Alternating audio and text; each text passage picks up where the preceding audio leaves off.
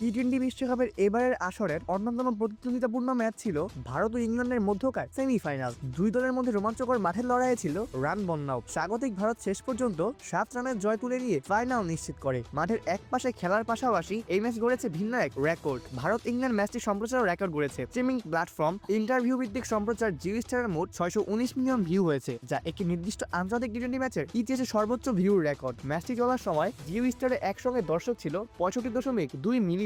Streaming প্ল্যাটফর্মের পাশাপাশি television সম্প্রচারে মিলিয়ে ভারত ইংল্যান্ড সেমিফাইনাল ম্যাচটির মোট দর্শক সংখ্যা ছিল 320 মিলিয়নেরও বেশি। সব প্ল্যাটফর্ম মিলিয়ে ম্যাচটির মোট ওয়াচ টাইম 2300 কোটি মিনিট অতিক্রম করেছে, যা এটাকে ইতিহাসের সবচেয়ে বেশি দেখা টি-20 আন্তর্জাতিক ম্যাচ হিসেবে পরিণত করেছে।